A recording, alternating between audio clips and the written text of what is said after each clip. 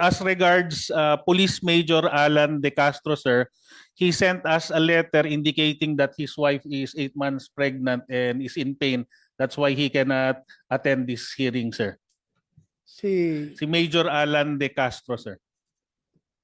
Ano ba, Yung wife daw niya, sir, he will take care of his wife daw, sir. Excuse po, sir. hindi naman siya nanganak eh. Hindi naman siya manganak. Bakit hindi siya pwede po? Through his lawyer, sir. Letter, sir.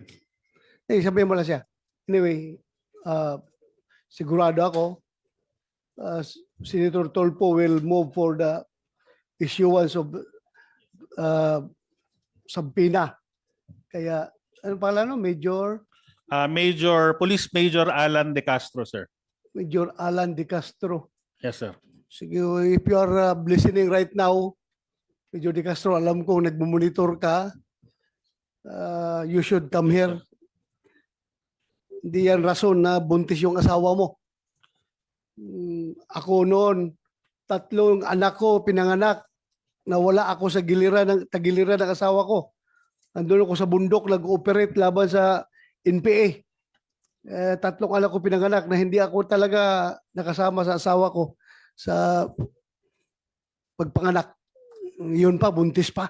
Hindi pa naman nanganak eh. Yes, sir. Very flimsy alibay.